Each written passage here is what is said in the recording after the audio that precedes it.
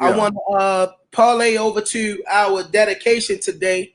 It's a sad day in Baltimore because we've lost a giant who was kind of more so known for his work in the Park Heights community. But if you were in Baltimore, especially if you were a part of this social justice or social activism community, you knew Brother George Mitchell. And today, you know, God picked a great flower for his own garden. Social media has been all a buzz today.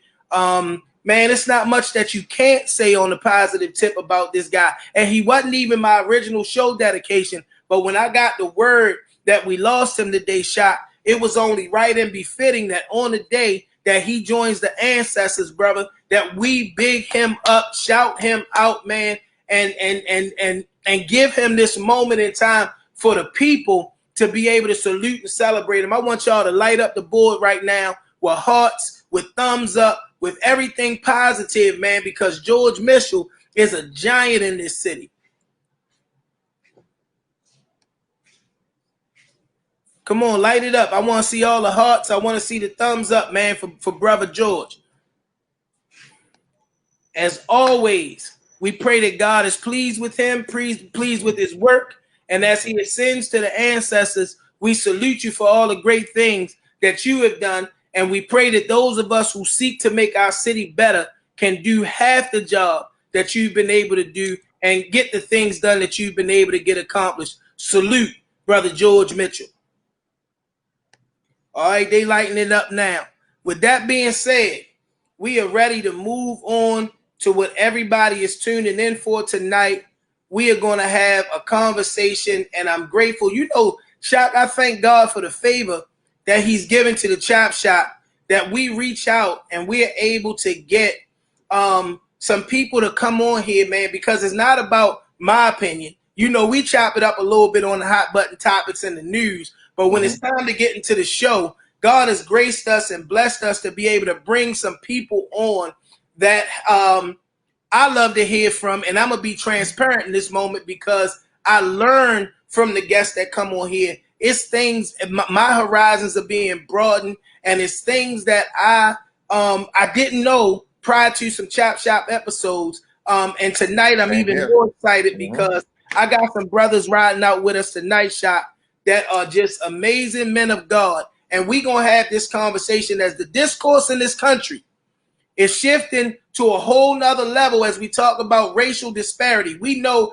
that this has been consistent, right? This has been consistent. We heard on July 4th, the great man of God come forth, Minister Farrakhan, right?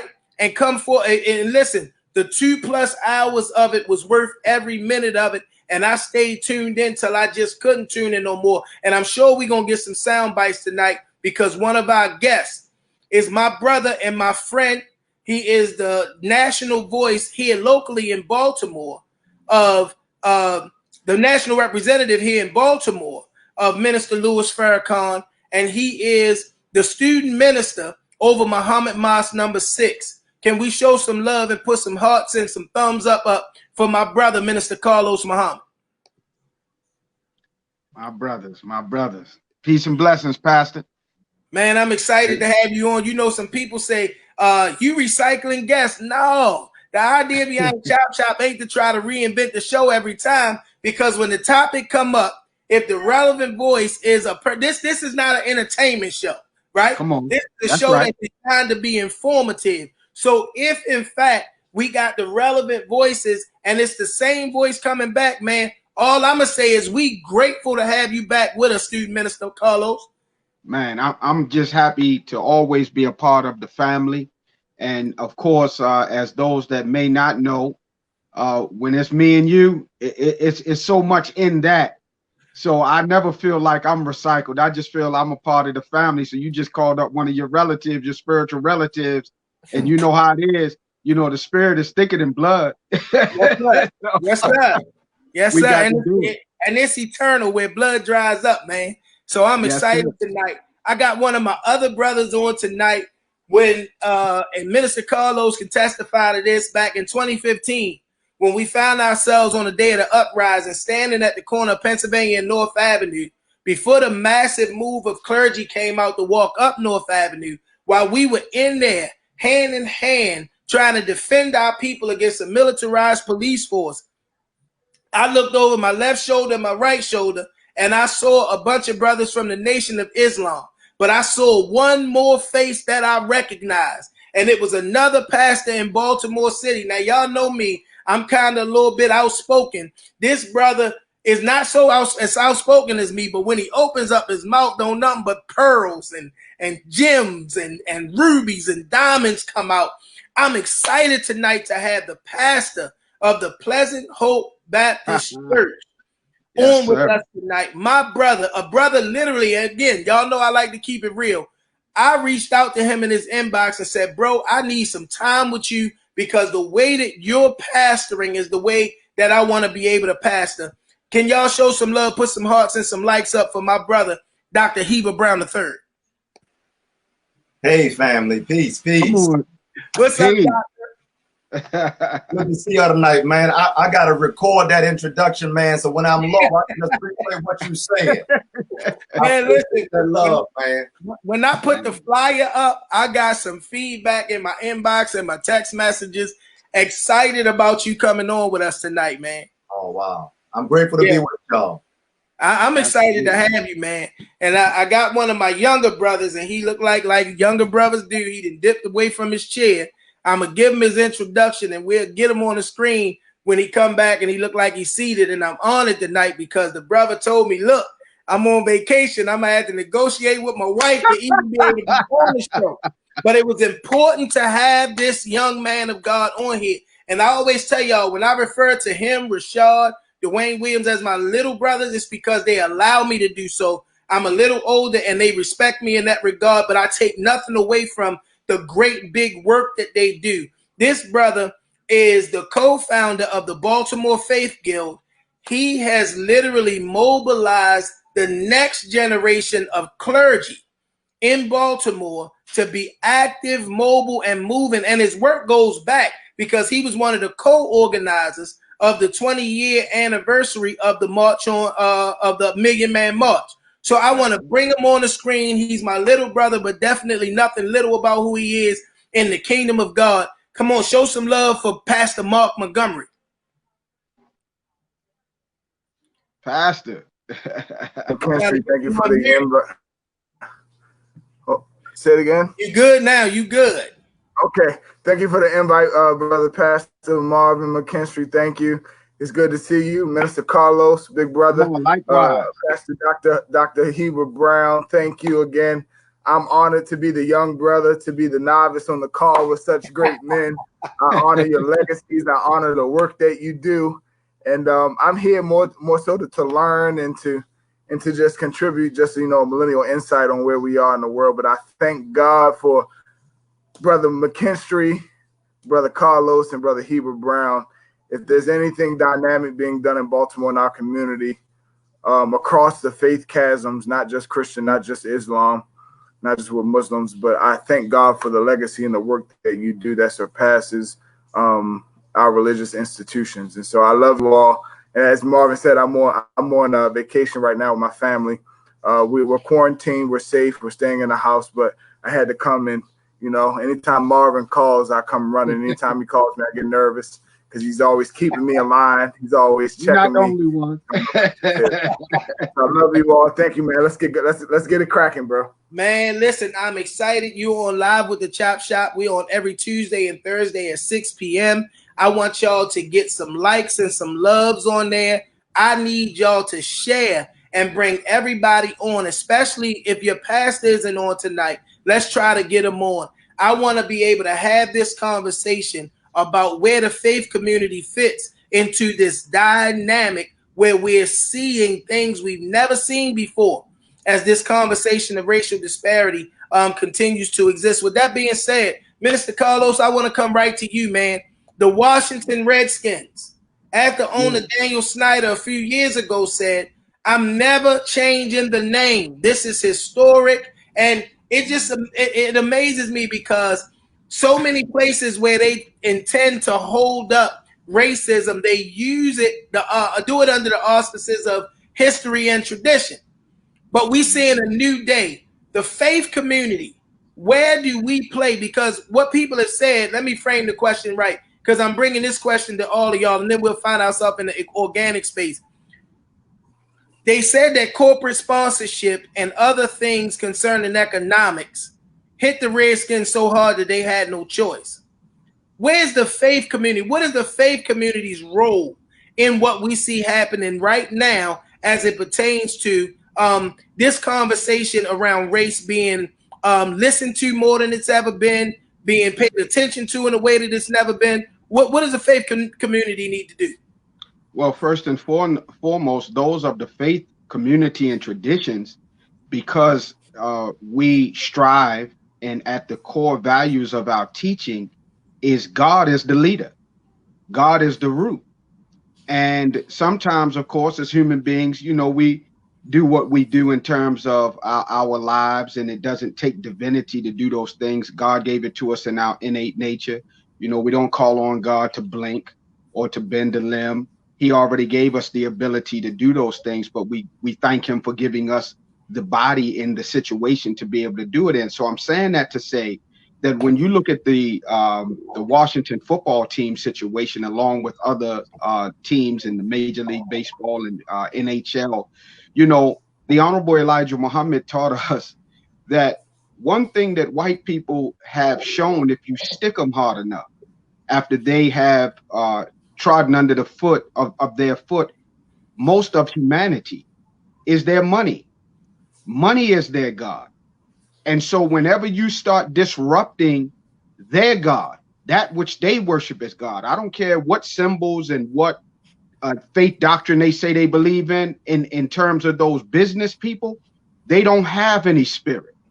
Their spirit has been robbed, and because they become robbers of the human soul in terms of the promotion of much of the filth and the degeneracy that you see. And when you come to the sports arena, while that may not be filthy in and of itself, we've learned in these past few years, it is still racist to the core. And so I don't feel like, well, oh yeah, you said you would never change the name until somebody disrupted your idol, that which you worship, which is your money. And so I'll close with this. See, when FedEx starts saying, okay, we pulling our sponsorship, you got to watch that too now. But what it's showing is that the millennial generation, which are not like those of the past, they're diverse. And as a result, it's not so much black people not spending their dollars. That's a whole nother point we probably need to talk about in terms of our black dollars.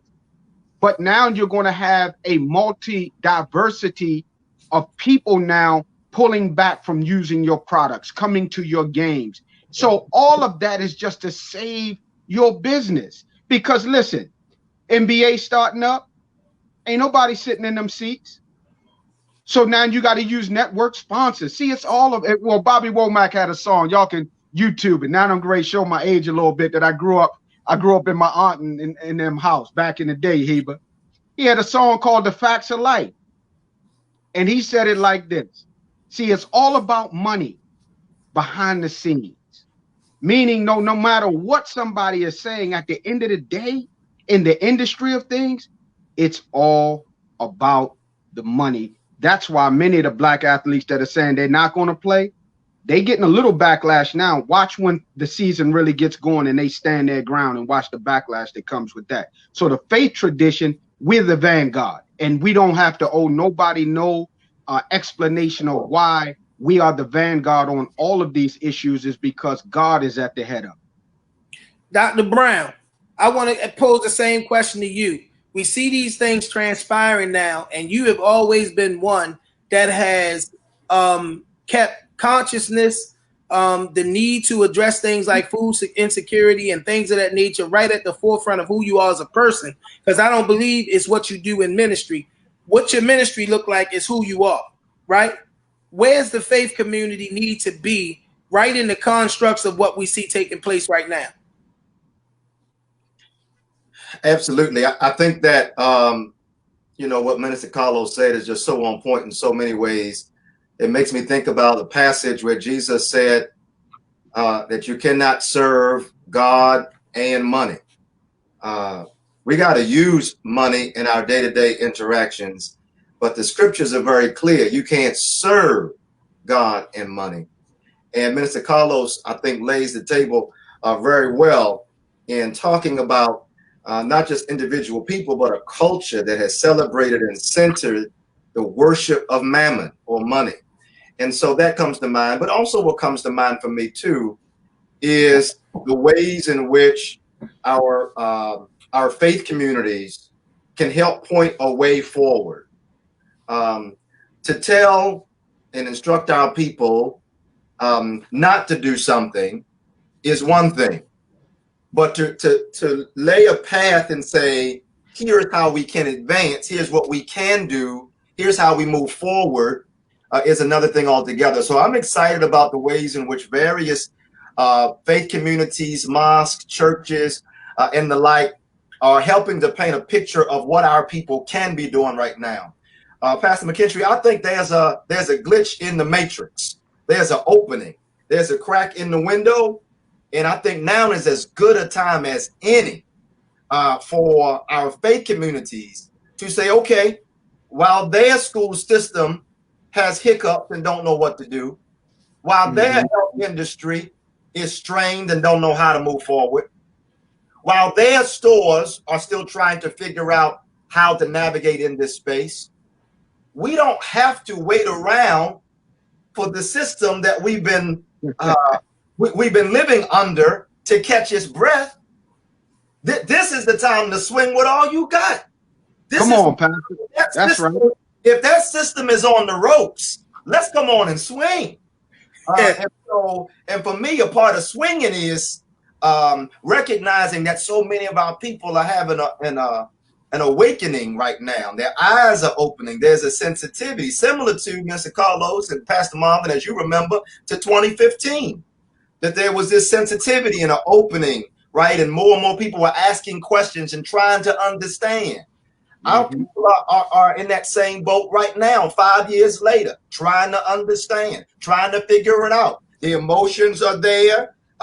They are protesting. They are posting hashtags. They are reading. They're listening to YouTube videos they never listened to before. There's a hunger there.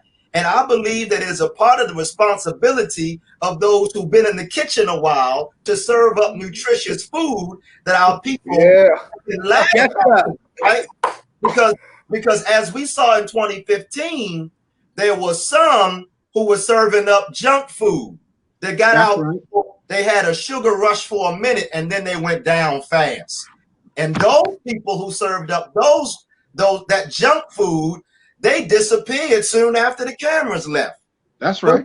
But look where we are. We still right here doing many of the same things we were doing without a camera, without a crowd, without a march, but continuing to do that work. And so I believe that those of us who are on this screen and so many more whose names I can't even call them all, this is the perfect time to be serving up nutritious food with substance because our people are hungry. And I believe that if we shepherd this moment well, if we're good stewards of this moment, that there will be a remnant that remains past this. The reality is some are going to go back to sleep. That's right.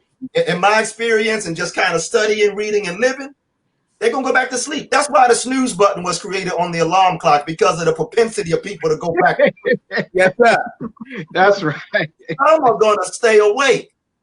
And I'm grateful for that remnant. Sometimes people say, everybody needs to get along. Everybody needs to come together and do X, Y, and Z. It has never been everybody who has come along to do the same thing. It's always been a faithful remnant that has stayed and stuck and persevered and learned and grown. And that remnant, I believe, is bubbling up here as well.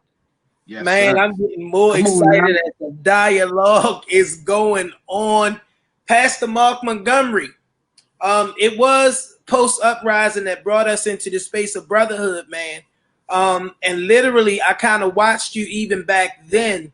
You were a brother that had a knack and energy and even a passion for organizing. And it amazes me as somebody that's had the opportunity to see so many of the different things that have been a part of the evolution of our city, our movement and our people, especially those who have been in the movement, to watch you say, you know what?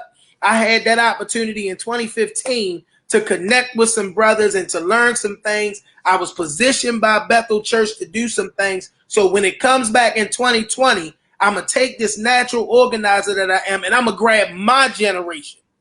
Brother, I salute you. I honor God for you, and I thank God for the place he's given me in your life and the place he's given you in my life. I want to hear from you, the faith community as it pertains to where we are right now, from that millennial perspective. Talk to me. I wish I could be a hip-hop millennial, but I'm not really a hip-hop millennial. I'm more of a learned prophetic millennial. We're in the age of information, where we can Google so much and we have so much information at our fingertips. We don't have to go to the library to get an encyclopedia. We carry the encyclopedia around in our pocket. And so we have so much information, but I think that's the challenge we face in today's movement. Our people being aware of not just our history, but our identity. And so as the faith community, across the Islamic and Christian chasm, there's a prophetic voice that's not Christian, it's not Islam, it's faith. And that prophetic voice must be able to speak truth to power in every area and arena that we're in, because we are fans of athletic arenas, because we participate in athletic arenas. I believe it's our job as faith leaders to speak prophetically as believers, period, regardless of what you believe. That spirit of faith should cause you to speak prophetically. And when I say prophetically, I mean speak change, speak truth, speak history, speak fact, not really feeling, but what should be that isn't. In today's world, in the information age, with so much information at our fingertips, we know that America has a way of giving us biased information. One of the books that came to mind about the subject, dealing with the Washington Redskins, is $40 million slave. Well, it really deals with the history of the money, as Minister Carlos said, on the backs of African Americans that built the athletic industry and the industry of America itself. And so I just want to present three I's: information, identity, and investment. It's our job as the faith community to speak prophetically into the industry of entertainment, not just athletics, but all areas of entertainment. If we can't own it, I'm not asking for justice in today's world. I'm demanding equity. We use this word justice, which deals with fair dealings. American justice is one-sided. We're not asking for justice. We're asking for equity. And the Washington Redskins situation with the changing of name, don't just change the name, but since you use that name, invest back into all the native people that you've used their name, their imaging. Invest back into it. Give them an opportunity to create wealth from what you've used for so long. I believe as a faith community, we got to speak prophetically into the industry of athleticism and entertainment, demanding a change in in capitalism. We got to inform our people. What we see just isn't just happening because it's Black Lives Matter movement and there's a lot of injustices going on. No, there's a change going on in the universe where justice has to be equitable. Don't just change the name, but put some equity behind it. You utilize the term Redskin for so long, and every even down to the Warriors, the San Francisco Warriors have been using the Golden State Warriors have been using the Warriors logo, and so it's about equity. You've been using these names, now invest back into the names you've been using. So we got to speak prophetically into it. Don't just change the name because it sounds good. Don't just paint Black Lives Matter in the street. Create some equitable structures. And so we got to inform our people that we are somebody and our identity matters, and that you have to invest in the fact that you've used our identity for your benefit. So I'm all about information, investment, and identity. That's what we got to speak to our people. Thank you for that. Pastor Brown, I want to come to you with this question. And we're going to run the full gamut with it, but I want to start with you. as a pastor coming into, I'm probably the newest to ministry, even though Mark is a little younger than me, and especially pastoral ministry, right? I was amazed that there are no institutions to teach and to train pastors. Not, and when I say that, I know that reformations have their own things that they do, but I'm talking about a place where if you're a person and you feel that call on your life to do the work of ministry, there's no institution that I can go sign up to. And more specifically, I'm a fan of the Black liberation theologian. I don't believe that I am placed in West Baltimore in the 1000 block of West Fayette Street, where there's a lot of pain, for me to be the next one to come along talking about a whole bunch of sin and a whole bunch of that talk. I believe that God put me in that place, and I need to be able to be a pastor to answer the ills. What do we need to do as a community to make sure that there are institutions to support faith leaders to learn how to do the work that serves where they serve? Yeah, great question. I mean, I was really fortunate. To be groomed and mentored in a circle of pastors in this city. I mean, my father, Bishop Heber Brown II, has been pastoring now for 30 some years. And I would always go around with him to various churches as he preached. And it gave me an opportunity as a little boy to get up close and personal to many of the pastors of the city. And so they helped to shape me, give me insight, and show me examples of, frankly, the past that were calling to me and other past that I knew that I didn't want no parts of. And then going to Virginia Union University in Richmond, I had professors who really took me under their wing, helped to teach me and instruct me with respect to liberation theologies. And then as well, just so many. I can't tell my story without telling the story of elders who took the time and put some water to the seed that was in my spirit. There is no Heber Brown without that long list of folks who took a minute to say, this brother got a question, or this brother got a yearning or a burning. Let me help point him in the right direction. And I won't even start to try to say names, because I'm gonna forget a name and then I'm gonna have some problems tomorrow. But I'll just say this: it's been a lot. But I will say this, Pastor. I will say that for the kind of ministry that you are speaking to, that Baltimore certainly has some room to grow.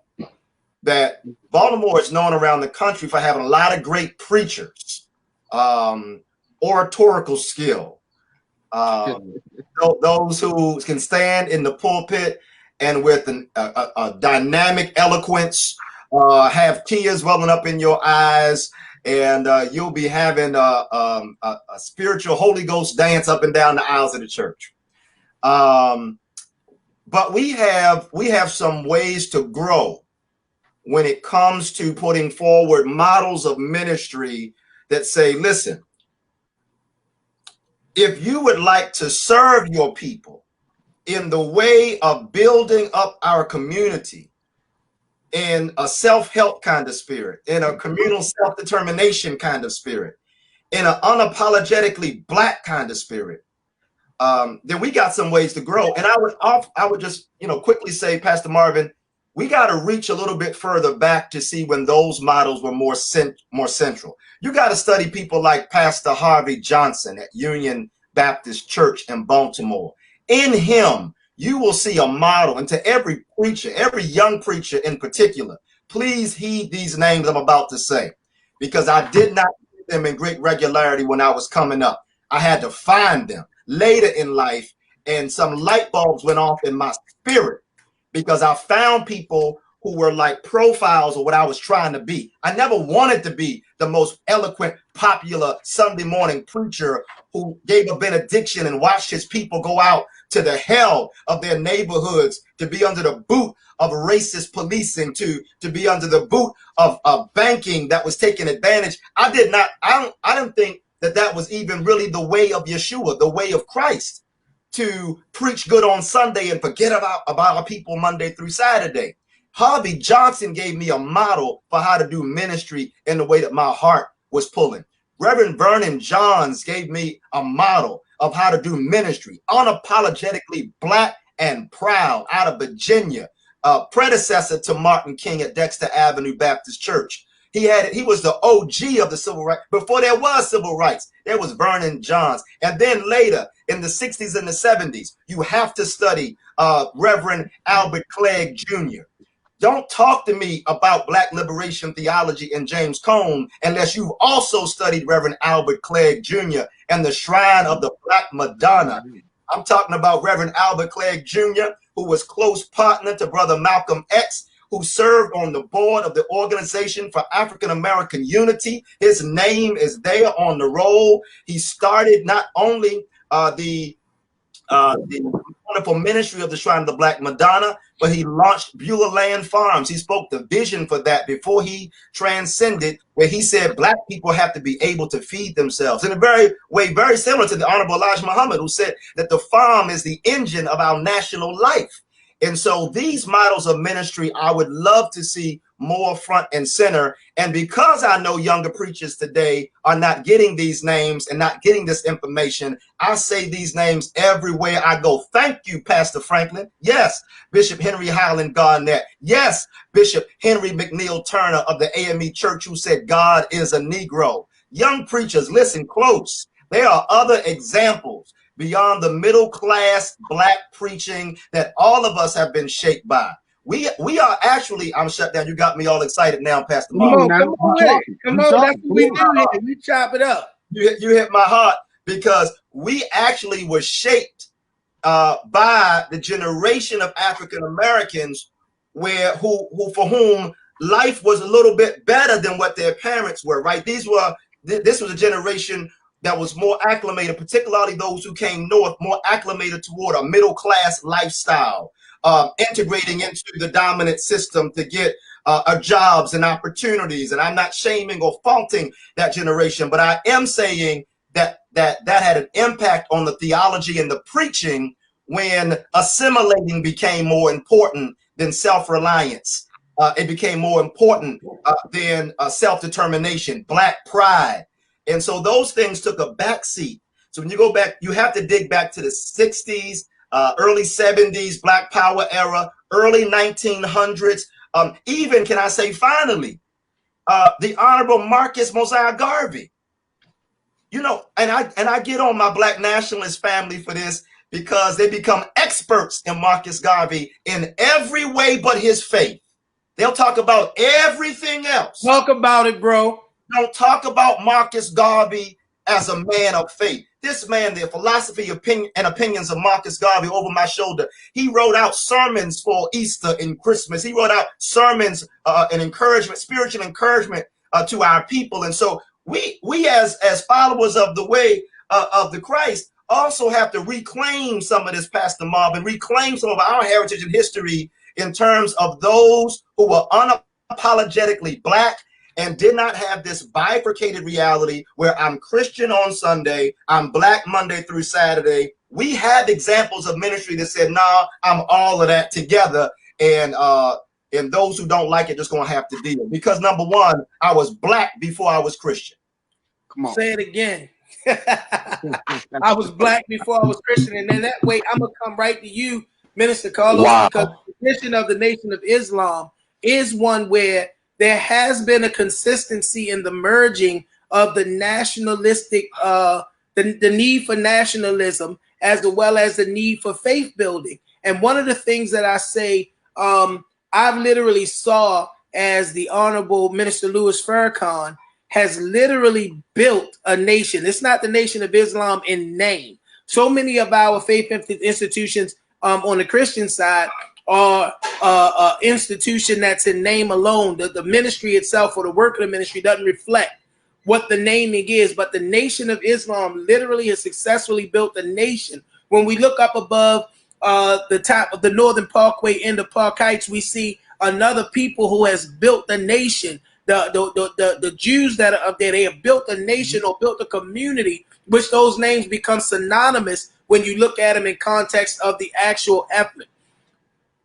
I want you, because I even said to you, the Nation of Islam has been successful at being able to get black men to participate in faith, to come in. And I said that as God leads me and gives me the opportunity, when it comes down to men, I'm bringing my men who are in Christian faith to the mosque on Mondays. You're a part of the We Are Us process. You, Dr. Brown, that unity, that crossing of lines has been something that's been in the fabric of your ministry for a long time. Before it became popular, it's popular now. Everybody's talking about it now. But I was around years ago when it wasn't the popular talk, when I was ridiculed for it. What do we need to do so that we can take the areas in which a Nation of Islam is successful in building nation, building community, rescuing black men, and not have the intimidation as pastors to be able to learn that, so that we can go and win black men and build communities and be more than just one building in a community that needs us to be a nation? Well, I'm gonna tell you, Pastor Heber just really dealt with it from a personal experience. And by the way, the those that know me, the historian part of me has to come into play very quickly. Reverend Albert Clegg went and visited the Honorable Elijah Muhammad in 1957 at his home in Chicago. And as a result, a year later, Reverend Clegg invited the Honorable Elijah Muhammad to the Shrine of the Black Madonna, and they were very close during all the formidable years from their meeting. And so it's not an accident that Pastor Heber talked about that, in terms of Reverend Clegg. I mean, that's a study within itself that is still, and just this past February, we were at the flagship right in Detroit. Doors open to us. So that relationship goes way back. But to your question, the Honorable Elijah Muhammad asked Minister Farrakhan one day, he said, "Brother, do you know what the true religion is?" And the ministers, he said when he would have these moments with his teacher, when you're a good student, you don't act like you know, because you really don't when you were a good teacher. And he said, "No, sir." He said, "Well, the true religion is called obey God. And the principles of the true religion is freedom, justice, and equality." So as controversial as the Nation of Islam has been under the Honorable Elijah Muhammad as well, now 40 plus years with Minister Farrakhan, if you ever stopped and took a look at the Muslim program on the back of Then Muhammad Speaks and Now the Final Call, read those first points of what we want. And you would see the Honorable Elijah Muhammad made it very clear that yes, we want freedom. We want a full and complete freedom. Yes, we want justice, but we want justice equally applied to all, regardless of creed, class, or color. See, but the enemies, though, will point to, well, see, you all hate white people. You all hate Jews. The Honorable Elijah Muhammad was very clear, as Dr. Brown just said, we start nationalistic, and we don't have to lose our nationalism. The issue in nationalism with any people is that when you don't evolve to see the whole. So none of us are in this life to start off broad. We start narrow. So the Honorable Minister Louis Farrakhan said that nationalism is necessary in a stage of development of everyone, but nationalism carried to the extreme, he said, becomes divisive and destructive, because at a certain point, you don't care about nobody but yourself. And we see that happening now among our people. So I'll close with this in terms of this unity. It's not an accident that on this broadcast tonight, I want you all to think of our personal relationship. And you think of what we may have done to be brothers of one another, but look greater at the way God did it. That's how we know it's beyond us, that we could have never imagined. In terms of, I've known me and Pastor Heber, we've known each other in our past. We've done things together, but nobody saw April 27, 2015 coming like that. See, so it was no accident that he ended up back at the mosque, ended up him and Jamie out in the street with us. That wasn't Carlos's doing. That wasn't Pastor Heber's doing. That was God's doing. There was no accident that in that moment, now we meet you, Pastor McKinstry. You see what I'm saying? And all of that is going on. And then in the moment of that, as the side note, I meet Pastor Mark as a student of my brother and friend, Bishop Frank Madison Reed III, who, by the way, when I could not get on the phone and reach Minister Farrakhan, I knew I could call Pastor Reed at that time, or Bishop Reed now, and ask him and say, sir, I'm having issues with a dilemma with counseling with marriage in the mosque, a couple. Can you give me something? And that man never said, oh, you better leave that Islam and come over to the church. He taught me from both the Bible and the Quran, and then also fortified in me, because of his relationship with Minister Farrakhan, what the minister would do. And as a result, that unity was there. So all of us got connected. And then from that, Mark, now we dealing with Freddie Gray. We didn't know that 10-10-15 was coming. That wasn't there yet. That hadn't yet shaped all the way up yet.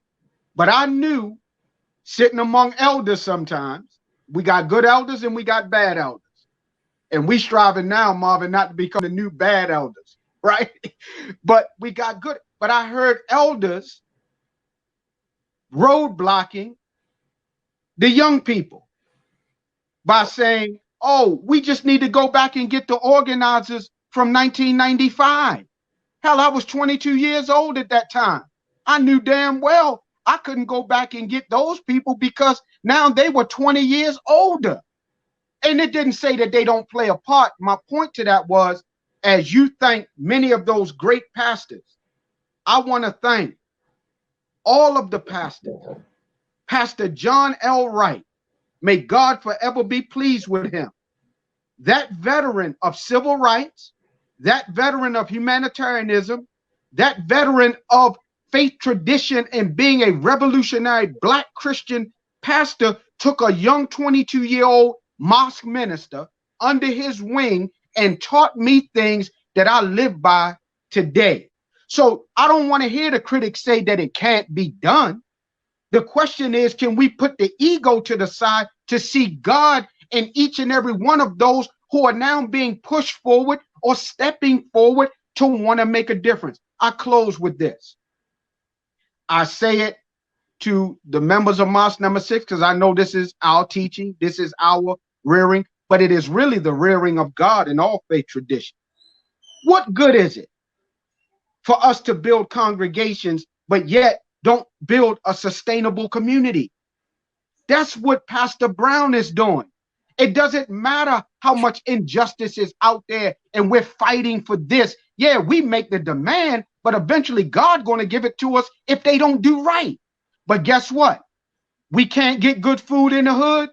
Who we waiting on? The government? We're going to wait. We're going to wait. That's why the Nation of Islam never waited on nobody. We need a school because we couldn't get a fair one with them, right? So we make our own. We get discriminated against in their restaurants at that time. So you know what? Don't worry about it. We build our own. We get our own farmland. We get this, we get that. And it does not mean that it's discriminatory, but guess what? The Honorable Elijah Muhammad taught us, as I finish this, that the first law of nature, go study creation, is self-preservation. Nobody else makes excuses about self-preservation but the so-called Negro, who always wants closeness to his former slave masters and their children because they never believed that they could do it on their own when God gave it to you in the first place. And that's what's holding us up. It's a generation of gatekeepers that don't want to allow young Black preachers, young Black activists to come forward now and do the work that God has ordained. But guess what? Pastor Mark and them will tell you, they already declared. We ain't waiting on nobody to give us a torch. We blew their torch out and God lit one for us. See, y'all got me fired up now. Yes, sir. Listen, if you didn't think tonight's episode, based on what we were talking about, was going to be fire, shame on you, because he's giving me the perfect segue, because I want to frame the same question out to Pastor Mark as we look at the need for intergenerational movement. We see a group of young people that's saying, we have been waiting, we have been patient, we have been studious, we have been diligent in our respect and uplifting of you, as it pertains to the old guard, Guard, and yet you still, you are as much an oppressor as the oppressor. We ain't waiting no more. Is there still the opportunity for intergenerational movement, as the Bible talks about the young and the old collectively, one seeing visions and the other one seeing dreams, and one being strength while the other one being wisdom? We know that it's a biblical principle and it's a necessity in our faith that we have it. How do we have it now as the millennial generation is saying, we ain't waiting no more? Again, for me, it goes back to history, and history is so important because history really reveals to us our identity.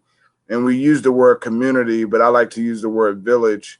If we go back to being a village, then we know the essential nature of our griot and our elder, and that they can give us information, they can give us guidance on who we are, what we're dealing, because history repeats itself. I just read something yesterday, or maybe today, maybe early this morning, where it says if it's new, it may not be true, and if it's true, it's probably not new, and that anything new typically is probably something that's not really honest, true, or fact. And so if we rely on our community, if we rely on our village and our elders to help guide us and give us wisdom, in the Bible, Solomon writes the book of Proverbs because his father David never gave him wisdom for a young man at the age of 17 to become king of a united kingdom. He never had the wisdom he needed to be king because his father never gave. Just imagine if King David gave Solomon the wisdom that he used to create and build the kingdom of Israel. Just imagine if Saul never thought that David was a threat to him because of his ability to defeat giants that he was scared of. And so we see an intergenerational dilemma even amongst the kings of Israel in the Bible. And I've been talking about King David and how Saul tried to give King David his armor. We're fighting the same giant, but I can't use your weapons because those weapons didn't work for me in my past. I can only use the weapons that I've used to conquer and defeat the lions, the bears, and the tigers in my life in the field while I was just protecting sheep. And so we got to be mindful of the importance of intergenerational collaboration. There's certain giants, there's certain challenges, there's certain struggles and dilemmas I don't have to face if I just heed the voice and wisdom of my elders. When we were doing the mobilization for 10-10-15 justice or else, it was our elders who in every meeting was guiding us and was reminding us of the efforts and the spirit and the energy it took to make the original Million Man March happen. And so we have to be patient enough to hear the voice of wisdom today, even amongst the Black Lives Matter movement. As much as we know, I learned this at an early age in my education while at Morehouse. I know that I know nothing, and that drives me to read and to study and to learn more. The little that I know it's so much more to learn, and we just can't rely on the fact that we can read it, we can see it, we can get it quick. But there is some hard-earned sweat equity and knowledge that our elders have that we got to be willing to listen to. See, I'm a man of eldership in a family. I know that where I am as a black man in 2020 with a master's degree, don't have my doctorate yet, still trying to figure out if I'm gonna go and get it. But my grandfather didn't have a high school diploma. My grandmother didn't have a 6th grade education. My great grandmother worked in the white man's house. She never even graduated from elementary school. I know that I'm here because of the work that my elders put in. And we have to be patient enough. We have to be diligent enough to reach back to understand the importance of our history and the path that was already paved. I can't blow out my elders' flame, but what I can do is use their flame to light my flame that may be carried in another way. We have to be able to work together, or else we will face the same giants that we've been facing for the past 40, 50, and 401 years. And so if we don't learn the wisdom of the previous generation, see, the thing about wisdom, and I love wisdom, my dad taught me the key to being a successful man is understanding wisdom. That was Solomon's prayer. God, give me wisdom that I could be a successful leader that you've called me to be. Wisdom says that I'm only walking and I'm only facing what other men have met. And if we can understand that the challenges we're facing, even as the Black Lives Matters movement, it's not a new challenge. It's just presented in a different way. It's police brutality. We were fighting for civil rights, human rights, voting rights. It's just an evolution of white supremacy and oppression. And so we got to be patient enough to hear the advice of the elder, but also be patient enough for the elder to see us not as a child, but in my own family. My aunts are 65, 60. I'm a husband, I'm a father, I own my own house, I pay my own bills, I put my pants on just like my older uncles do, but they sometimes see me as a child. I have to be patient enough for them to see me as a grown man. And sometimes it takes victories, it takes struggles, it takes coming over certain mountains and conquering certain things for them to say, you know what? And I don't live my life based off of their validation. It's not validation. It's us creating a common ground. Just like as men, my father recognized me as a man, not when I turned 18, but when I moved out of his house and got my own house, paid my own bills. That changed when I became a husband. Now the conversation changed from me just being a man to me being a husband and understanding what it means to be responsible and to be a provider and a protector of a woman. Then when I had my daughters, my daddy's conversation changed. Not only are you a protector and a provider for your wife, but now for my grandkids, now for my legacy. And so the conversation changes. And so we got to be patient enough with our elders to be willing to share the information, to trust us, but also for them to see us as the torchbearers. And it's not a bad thing that they may not, because I understand just how time takes. And so it's important for us to really understand where we are, understand where we've been, understand the climate that we're living in, and stop beating our elders down for what they're not sharing, for being hesitant, for sharing information. All the great elders and griots and people that Minister Carlos and Pastor Heber Brown have mentioned, I'm sure some of them were reserved in the information they shared with people, because we do know, as one said, there are people that will share information for the camera, and once the camera leaves, they're no longer here. And so we got to understand just where we are. We're in a very sensitive place, and I trust that God will bring together those genuine relations. I am the man that I am as a preacher, not because of so many Christian pastors that have poured in my life, but in 2015, when I had a hit on my life as a Christian pastor working with the Bloods and Crips in Baltimore, it was the Nation of Islam that came to me. I did not go to them. Brother Andrew and Minister Carlos pulled me up, called my phone, surrounded me, said, "This is what's going on. Don't fear. I have you." And so I'm patient enough to know that God will send genuine relationships as we do the work of liberation. The work of liberation ain't for everybody, and we have to understand that. Yes, sir. So I want to do this because we got a little bit of time left. Not too little a time, but I want to always honor and respect the time of our great guests that come on tonight. And as we have this discourse on race and the faith community, I want to throw some topics out there, and I want each of you, and I know y'all a bunch of preachers. Amen. Hallelujah. Thank you. And I'm talking Minister Carlos too. He's a preacher too. But I want you to kind of give me Just a brief, and listen, I'm not going to, it's not even really going to be a question. I'm going to just give you the topic. And we know tonight we talking the faith community as it pertains to the racial discourse. So I'm going to throw the topic out there, and I want each of you to take time to put a little bit on it. And then I'm going to give you another topic, and we're going to keep it moving. Is that cool? Yes, sir. Yeah. All right, so I'm going to start with you, Minister Carlos. Police brutality. Well, the Honorable Elijah Muhammad wrote in that same back page that we want an immediate end to police brutality. But the one thing about police brutality as it relates to organizational structure is that when we learn to respect ourselves, we can demand the respect from others, even if they don't mean us well. And so one of the things that we find with police brutality in America is that the police force in and of itself had always been trained to keep Black people in check. Let's keep it 100. That is something systematic among policing to keep us in check. Sad to say, because I'm going to touch the uncharted waters on this.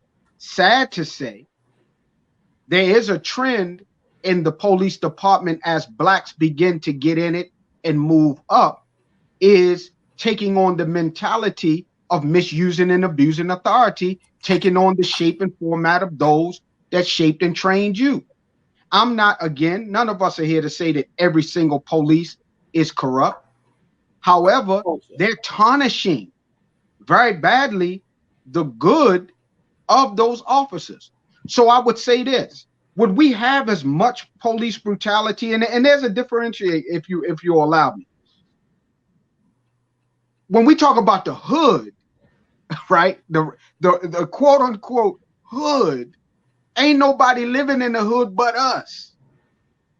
So our interaction with the police is a little different than driving Black in America on the highway or getting pulled over in a traffic stop where we know I could lose my life right there. There's two different lanes of that. So my point to that is, in the community, and Pastor Brown knows it, Pastor Montgomery knows it, and you know it, when there are strong Black men standing up in these neighborhoods, the police know that they can't come in there and just do anything to our people. It's a given that you can't do that. Matter of fact, there was a time that if something happened in and around the mosque or Bethel or them strong Black churches, they called the pastor first. Hey, look, pastor, we need to talk to y'all because there's something going on. And look, matter of fact, we got to come get somebody. And we don't want to come in there because we already know we don't have a relationship. You see what I'm saying? So police brutality, we're fighting a war on many different fronts with that. But we want an immediate end to the type of brutality that is happening to us just because we're Black. That it is just the outright hatred that we're Black and that you feel like you have the superiority to just continue to oppress us. We're not standing for it. And that's why you see the movement taking the shape that it's taken. I want to just close with this. One of the things about many of these names that were mentioned in legacy and in teaching and training, all of them mostly started very young. They started very young. And they understood the do's and the don'ts through that experience in terms of when the scripture says that the elders for counsel, the youth for war. See? And so most of those names that we mentioned, they understood that they had to quote unquote make babies. They just couldn't. Amen. They just couldn't. Well, it's me. See, a real man want to see himself again. But a real man understands that as much as I see myself again in that offspring, God gave that offspring their own unique gift and talent. See, that's the beauty of a man like Minister Farrakhan, who started out young. And the Honorable Elijah Muhammad took young men and gave them guidance and direction and raised them up. But he put a 20-year-old over the congregation at Mosque number 6. Who does that in leadership? See? So when you start looking at the future of things. The older we get, that generation coming behind us is the future, whether we want them to be or not. So it is our job to make sure that we create so many of what is good from us, that if anything ever happened to us, guess what? All the great worthies still live today because their ideas were bigger than the vessel that was carrying them. And that's why we can talk about Malcolm X, Dr. King, Harriet Tubman, Sojourner Truth, Minister Farrakhan, though he's still here, the reason he's an elder now.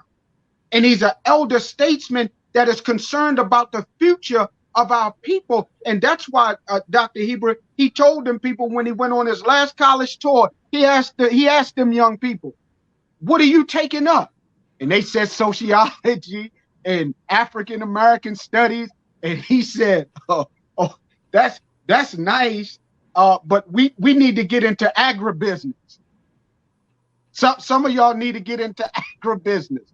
Some of you need to get into teaching and learning how to operate your own schools. Why? Because he was looking at the future of where we are. So I just wanted to put that in there because all of us are the product of those that had become elders or were elders at that time that saw the need to deposit as much as they could into us so that they could live beyond their physicality. Brother McKinstry, I don't mean to cut you off. If I could just answer your question, I got the head nod. Everybody's supposed to touch the topic. Everybody's supposed. Y'all just give me the short version because Minister Carlos gave us the great version. Amen. I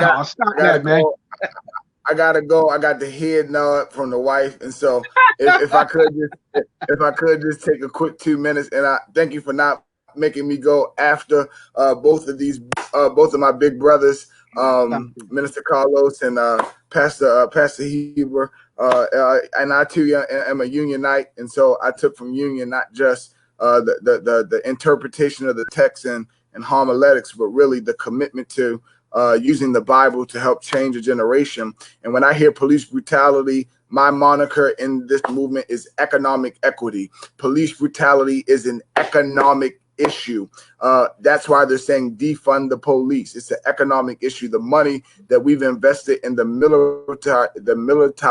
militarization of our police department is the reason why we have police brutality. And so the investment, we're invested in the slave system, in the penal system in America on many different fronts. It's capitalism. It's all an economic issue. They brutalized us from the police department in terms of locking us up unjustly, pulling us over, killing us because our bodies are a commodity in the American capitalistic ideology and process. And so we got to understand that defund the police, put the same money into investing in things that would not just provide for our community, but protect our community.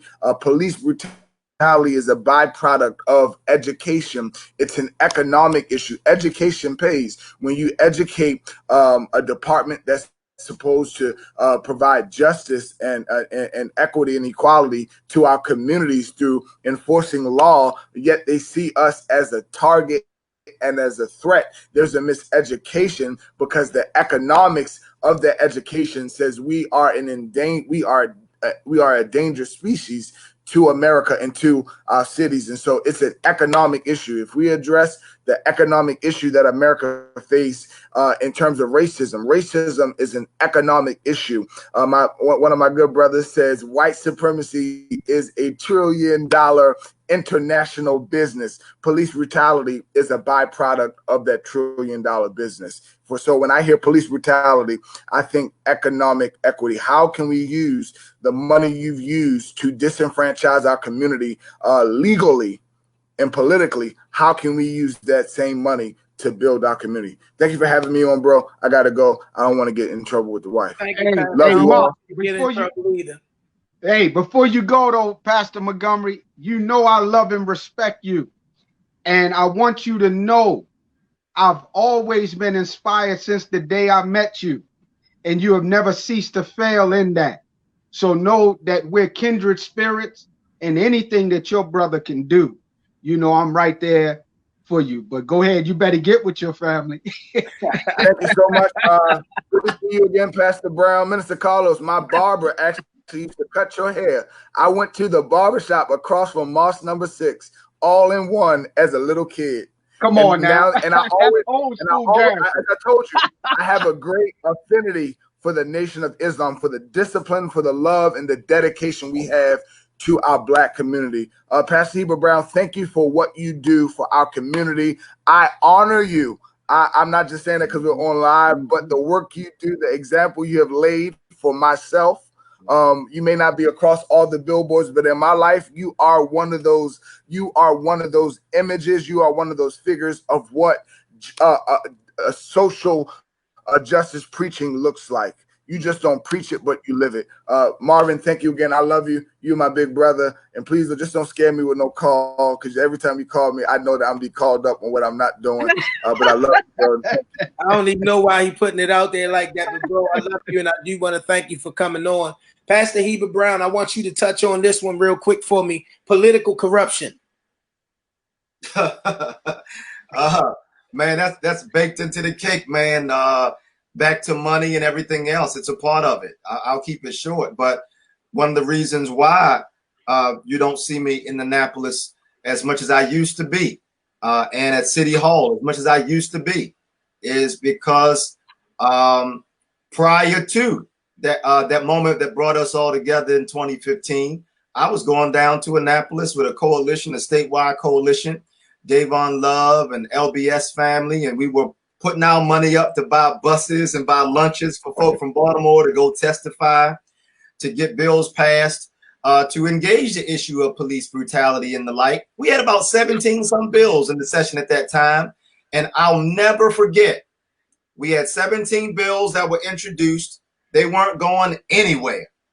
And I was upset one day, and I said to Delegate Barbara Robinson, who at that time was the head of the Legislative Black Caucus, I said, Delegate, we have all these bills, we have all these people, we are testifying, we have the statistics, we have the coalition.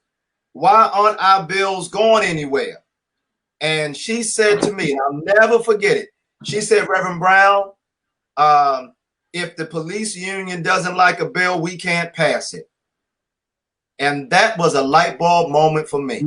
Wow. Because in that moment, and I appreciate her candor, but in that moment, I saw that you can have the right argument, you can have the right statistics and research, you can have the moral high ground, you can have the coalition of people across the state, you can do all the things they tell you you should do to get something passed, and still, because of the corruption and the power of money in their political system, you can still be going home empty-handed. So I did a quick little pivot right there. That was a moment. And Dave and them will tell you, Heber don't come down to Annapolis like that no more. I ain't going down there now. I salute those who go there. I salute. It's heavy work, and I salute them. But I got a clarity about what I'm here for. And I'm not here to go down and play those kind of games, because that corruption runs deep.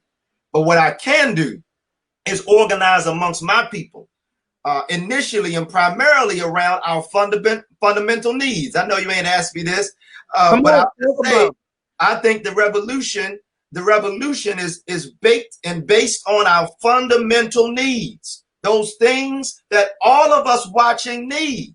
So I'm going to bring it all the way down, as my grandma would say, where the folks can get it. Go ahead, Pastor. We need to talk about sweet potatoes. The revolution is there. I used to say sweet potatoes and toilet paper. The revolution is there. Somebody say toilet paper. Yeah, every household watching right now needs it. And we should be working toward the day where we can buy it from our own. Shoestrings, book bags for the children, after school programs, the basic things, transportation, the basic things that we need. I believe that the revolution is in the basics. Sometimes we get so high. I love a very clear, sharp, widespread, and shared understanding of what it is that we need. And really, if you just stay, for instance, on sweet potatoes, that's enough to give you a running start for so many of the other things that you will need as well. And so the political corruption is real. For those who labor in that vineyard, I give prayers, respect, and encouragement. And it needs to be said, that engaging in the political system goes much wider and broader than voting on election day. For some people, that's all they think political advocacy is, voting. It's political when you can feed yourself. It's political when you start a school and educate your own children. It's political when you establish a neighborhood and say, we're going to buy up the houses here, fix them up together, and create our own development. That's political as well. And so I would just say, yes, political corruption in their system is real, and the Almighty has given us the power to use our own political might to create what we need in our day-to-day endeavors. And Pastor, if I could, I gotta say something, because he hit it. And again, history matters. There's 2 points from what Pastor just said that I learned, but the other one I seen happen and manifest. The Honorable Elijah Muhammad in 1970 and 71, by that time, had brought up so much property on the south side of Chicago and was renewing the south side to look good like the north side where white people live, the Gold Coast, as they call it. And that was his desire. And 2 things happened. He had brought a piece of property where he wanted to build a university, a college style, like coming out of our parochial school with elementary, middle, and high school. He now wanted to get into like a college for us. And he had brought the land of the South Shore Country Club and another piece. And he had done what he did. You know, them people went and rezoned it and said he couldn't do that and that they would be willing to give him his money back because they didn't want to see that kind of progress. So then he worked so hard, continuing, that the president of the United States at that time, Richard Nixon, said, Mr. Muhammad's self-help program is so heavy, we are willing from the federal government to match him dollar for dollar. I want Mr. Muhammad to come to the White House. Mr. Muhammad from 4847 South Woodlawn Avenue, Chicago 15, Illinois, said, if the president want to meet with me, I live at 4847 South Woodlawn Avenue. Whoa, now you know them Negroes wouldn't have never responded like that. But he was showing us something. The only reason why Nixon would even offer it is because we did something for ourselves. Self-help first. Lastly on that, he said, as far as your dollar is concerned, not right now. I'm coming to collect that at another time, but for right now, I got this. So in 2006, that beautiful garden that you saw on the minister's broadcast, we call it the farm because that's what it is, a farm. And I was with the minister in 2006, and he took us around the farm in its infancy. And it had 2 big silos, you know, on a farm, these silos. And he said they were a little shabby. They were fixing them up. And he said, yeah, once they get fixed, we're going to put wheat under cultivation, rice under cultivation, and the navy bean. And I want to store them up so that when famine strikes, I'll be able to feed the believers and black people. That's what he was thinking there. That's where his mind was, that I brought this property as a place to go and retreat for peace, but he saw the potential to feed a nation. And so when you go there now, and I'm hoping I'm going to ask the minister, could I bring some of our leaders, especially you, Heba, up there, but you're clear on what's happening, but I want you to see what Pastor Bryant saw in 2015 when we went for that meeting. All Pastor Bryant could say after the meeting, because we were talking about what happened with Freddie Gray, the minister took us around the farm. He said, Carlos, worms, compost, farming. That's what he up here doing. I said, see, you think the minister just some leader out there speaking? This man talking about feeding people. So lastly, if you go to the farm today, they have so much going on up there that it reminds me of our quarantining right now. Because to even go into certain aspects of the farm, you got to wash your hands.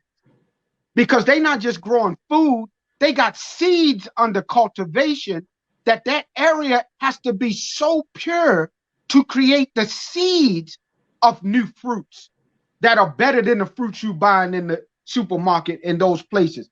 So Marvin, I thank you for this time for me to share that, because if we're not working to tangibly help our people, like what us is doing, do you know that during this pandemic, this service, not looking for applause, to just bring fresh produce at a time that some of them are scared to come out them homes? Do you know that if this thing ever opened back up, they'll never forget us? Nobody could ever say that this movement is this or that from a negative standpoint. Nobody that Heba has helped and will help, nobody, dear brother, will ever be able to say anything negative about you unless the people rise up and be like, I don't know what you're talking about. You better take that somewhere else. So I thank you all for giving me that opportunity to respond, but I respect that work that you're doing. And we know what that is. It's building a sustainable community, and we all better get busy. We all better get busy and do it before it's too late. Well, as the host, I want to take the opportunity to say to both of you gentlemen, we're not done. I literally allow this show to speak to me as it pertains to what it needs to be. It's a new thing and it's evolving. What I would literally love to do is to bring the two of you guys back and be able to just kind of have this sort of an exchange a little more organic. I think sometimes, and I'm going to be honest with you and totally transparent, I think my questions kind of got in the way, and I feel kind of how the flow evolved into, or so if I can propose some dates and I can have you guys come back, the two of you and me, and literally allow a little bit more of an organic flow, I believe the people will be blessed again. I think you guys already gave it, but I do want to give you the opportunity if there are any final thoughts, Pastor Brown or Dr. Brown.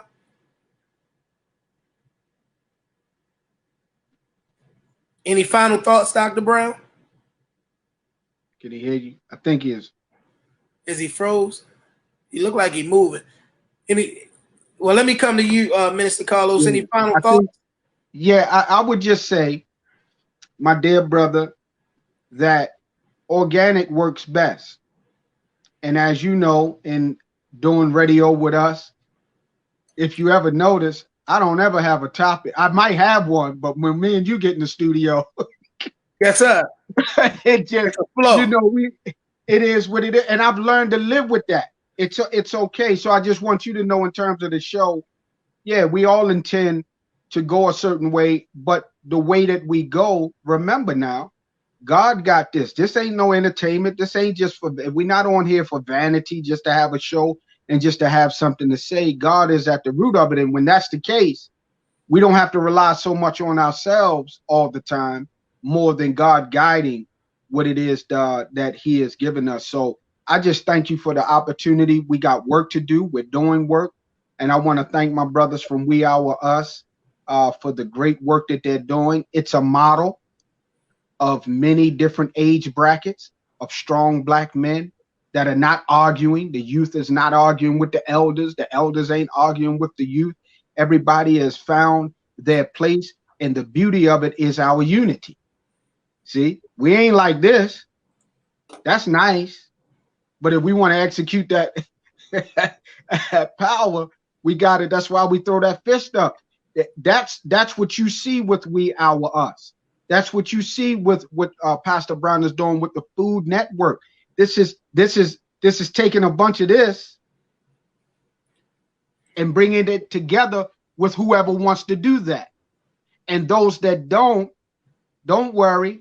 The Honorable Elijah Muhammad told Malcolm X as a young man, Mr. Muhammad, where's the young people? Messenger said, oh, brother, I had already been teaching for almost 30 years by that time. You got to go out there and get them. And he says, well, how do you do that? He said, well, don't argue with the older ones. Shame them by going out and bringing new young ones. He said, and once you start doing that, he said, the good ones that have been around for a while, they'll get up in their own way and start helping with the situation. But so I just say, man, I'm just blessed to be a part of this beautiful movement, man. And Pastor Brown, lastly, it's good to see your face. I think of you a lot. I want you to know, honestly, from God, I think about you all the time, and I already know we're good. Thank you for opening the doors of the church to us, and Brother Jabari, or if I ever need it, hey, I need to come over there and do something. I know it's there, and know that your Mosque Number 6 family is the same in that vein. I guess one day when we get back to opening up these right. But thank you, Pastor McKinstry. Thank you. Dr. Brown, any closing thoughts? Sure. I just want to just thank you again for the invitation to be a part of this. I mean, this has been a great conversation. My spirit is uplifted, and I look forward to part 2, part 3, whatever, how many parts it goes. But also, I think it's important to say as well that I'm grateful to Minister Carlos and the mighty FOI. You was talking about men, or Pastor Montgomery was talking about men, and I just want to publicly let everybody know how much I appreciate the fact Minister Carlos and our brothers at the FOI came to Pleasant Hope Baptist Church and did a wonderful presentation to the men of our church. And I don't even know if you remember this, Minister Carlos. I got a picture of us standing out front. But you guided, you and the brothers guided us through that presentation. And there are men who were there that day who are still talking about how powerful that was. And so I'm forever grateful. And since you said our great elder's name, I have to say it as well, in Pastor Bishop Frank Reed, Frank Madison Reed III, dynamic man of God. But it was him also who was the model for this connection and partnership between the local church and the mosque in the city. And I mean, in terms of like really a blueprint for those Christian pastors, if you ever get opportunity to sit at Bishop Reed's feet, sit and don't say much. Listen, because the brother has wisdom, experience, and knowledge. But his model and experience inspired me to call Minister Carlos myself and say, okay, or if Minister Carlos, the FOI, went to Bethel, they can come out further on the east side to Pleasant Hope. And so just that partnership and beauty is there. And I'm thinking now, Sister Janine reached out some years ago, a couple of years, not too long ago, and had a team there, a group there at the mosque who was ready to grow food. And one of the highlights of my ministerial experience was being able to bring Concord Baptist Church down the street from Muhammad Mosque Number 6. That's right. And our family from the mosque together, because the church had the land, the mosque had the people. And when they came together, the dynamite was just, oh my goodness, it was amazing. That's right. And it's those kinds of partnerships. And to every pastor, I know there's a lot watching. Our churches, the Minister Carlos said, self-help first. Every church could be a satellite location for a self-help initiative in our community. If you add up all the land that Black churches own alone, if you add up the number of commercial kitchens, the number of passenger vans, classrooms, multimedia equipment, you talk about a nation within a nation. I remember H. Rap Brown said, we're not outnumbered, we're out-organized. And if we would ever just organize what we already have in our hand, that's what the Almighty said to Moses. What do you have in your hand? Come on. And I I believe it. I've been to churches across the country over these past 5 years. I've seen the land. The shrine has 4,000 acres in South Carolina. I've seen the land. Pastor Lance in Richmond has 300 acres. I've seen that land. Pastor Jamal Bryant at New Birth, a few hundred acres of the land is there. And if you have the land, you got the big joker in spades. If you got the land, you can build on that land. And so I'm just excited. Y'all know I get pumped here, but I'm encouraged. Y'all, please check out the Black Church Food Security Network. Check out our website. I feel like Noah sometime, Minister Carlos, because it's going to rain. And I'm trying to do everything I can to throw some life rafts out there and say, listen, the charity will run out. Yes, sir. That food charity is going to run out. This benevolent operation that they're pulling out in our communities, it will run out. What will we have for ourselves? And I'm joining with Minister Carlos, the nation, the churches of like spirit to say, listen, we got to remember, as I said earlier, we were black first. We were black first. And I'm not letting Baptist, Methodist, AME get in the way of connecting with my brothers and sisters for our betterment as well. Last thing, Pastor Marvin, we said a whole lot of men's names. Can we honor and celebrate the divine feminine and our sisters for whom we would not even be able to speak in such a way had it not been for their leadership and the way that the Almighty works through them. And so I'm grateful that Minister Carlos and others we talked about Harriet Tubman, spoke her name tonight, and Sojourner Truth. I just want to say Fannie Lou Hamer, her name needs to be spoken tonight. She said food is used as a political weapon, but if you have some pigs in your backyard and some vegetables in your garden, you can feed yourself and your family, and nobody can push you around. I got to speak Ella Baker's name. You wouldn't know SNCC unless Ella Baker took them young people under her wing and organized them and helped them to get on the right path. Jarena Lee in the AME Church, Mama Tingo, the list can go on and on, but I just want to make sure we recognize and celebrate the divine feminine as well, because that balance is a part of that divine power that we all stand in and have benefited from. Yes, sir. Thank you. Thank you. Thank you, my dear brother. Awesome. Well, Chop Shop audience, you've been riding out with us for quite a while. We want to go ahead and make the announcement for Thursday's show. Then we're going to come back and we're going to give a formal thank you to our guest tonight. And we're going to go ahead and wrap this puppy up. So on Thursday night at 6 p.m., we have a one-on-one sit-down opportunity with our very own Baltimore Police Department Commissioner, Michael Harrison. And we are going to talk all things Baltimore police. I was honored and inspired at how quickly he responded to our invitation, because we're just a humble platform who wants to bring real informative conversation to the community. And he quickly had his media people respond to us that we might be able to have him come on. So I definitely want to have you tune in on Thursday at 6 p.m. I put in the podium that I put in our message that it's our goal in these one-on-ones with our politicians and the leaders of organizations like the Baltimore Police Department to encourage them to come from behind the podium and have a sit-down conversation with the community.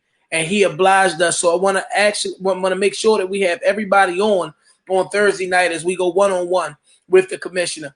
I want to thank my guest tonight, Pastor Mark Montgomery, who was already checked out tonight. I want to definitely thank two of my brothers, Dr. Heber Brown III. I'm inspired by you.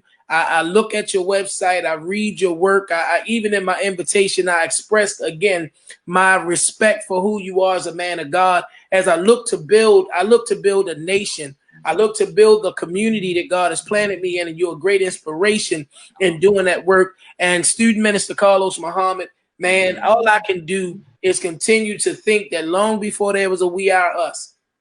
Well, let me change that. That the birthing of We Are Us took place 6 long years ago. Heber Brown and the men of the Nation of Islam and some others inspired by the crisis that our people were in together, and said, you know what? You got time where you can sit and go back and forth over your differences, or you can realize that we all we got and we all we need. And from that moment forward now to 5 years later, we see greater work being done And even if it's in a space where we're not touching each other every day, we do realize that the work is supported within each other's prayers. And I honor God for the great men of God that you are. As always, I want to thank God for my right hand and my left hand, my main man, Shaka Pitts, who keeps the magic going behind the scenes. He's off the camera. But boy, he keeps these placards rolling and keeps whoever talking and moving. And when you got technical difficulty, we ain't got to flinch because Shock is on it. I thank God for our audience tonight. People do not ever have to listen to you. They do not have to come. I'm inspired. I see so many of the brothers from We Are Us. My good brother, Pastor Derek Hart on tonight, Dr. Rodell Hall. I saw Pastor Michael Franklin. I saw Pastor Corey Bonds. I seen so many on, and then our frequent flyers, Pastor Cheryl Cox, Sister Nia Reed, Candy Blue. I didn't see one of my favorites tonight. I love her comments. Mama Carol Sanders. I didn't see her. Pastor Antoine Jefferson's on right now. One of the guys who I really look up to as it pertains to this media thing. You got to sit me down, bro, and have a class with me. One of my younger brothers literally grew up with me in the church. I was just a little bit forward of him. Derek Desi Barrows. I'm just honored tonight that people would come on, and I always like to leave us with something that's a little inspirational. 2 Chronicles 7:14. It's a very familiar passage of scripture that people like to quote, but I had to sit down and really begin to look at it in context. And as I heard us tonight talking about the need for us to be to recognize the need to take care of self first and to build things for self first, the very first thing that the inspired writer of this text said is, if my people who are called by my name. That is the question of identity. We have got to realize, as Pastor Dr. Heber Brown said tonight, we are Black people first. I know what it's like to be ridiculed, but to be said that I would go out into the community with the Muslims, but I wouldn't come to the meeting with the Christians. In this day and time where it's becoming popular, and I'm grateful because the very next thing that's said in that passage, if my people are called by my name, would humble themselves in order to be able to do this work in the collective and collaborative way that God is moving us to do it in this season and in this time, we have got to be able to humble ourselves. And then the very tenets of our faith come into play. We got to pray. We got to seek the very face of God. We got to turn from any wickedness that are in our own ways. And I thank God that the provision that comes from that is that He's going to hear from heaven. Now, the thing that I love about it is God ain't got to hear from heaven. He is heaven. He's the voice of heaven. He's going to give us ear to hear from heaven. Amen. He's going to give us ear to hear from heaven. Forgive our sins and then endow and empower us to heal our land. And the verse that most people don't lift up right after this, he said, and the prayers that are prayed in this place.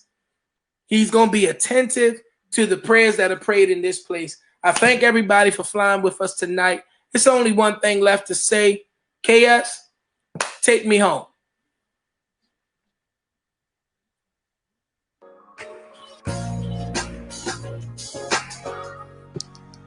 I can be more. There's nothing that I can't achieve if I just believe. You can be more. You can make every dream a reality. We can be more. Be more, be more.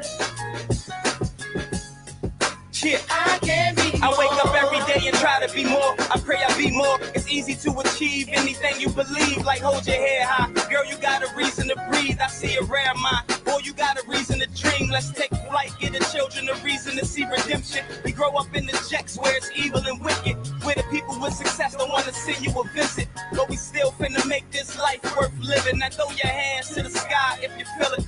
Hey, throw your hands to the sky if you the realest. You got a vision, let's put them pistols away and make sure the OGs keep the community safe. In the world where the ladies crying, the babies dying, I think we can create that space to make a way for the ladies to ride and make baby giants. Be more, believe, let's play. I'm so in love with life. There's nothing that I can achieve if I just believe. You can be more. You can make every dream a reality. we can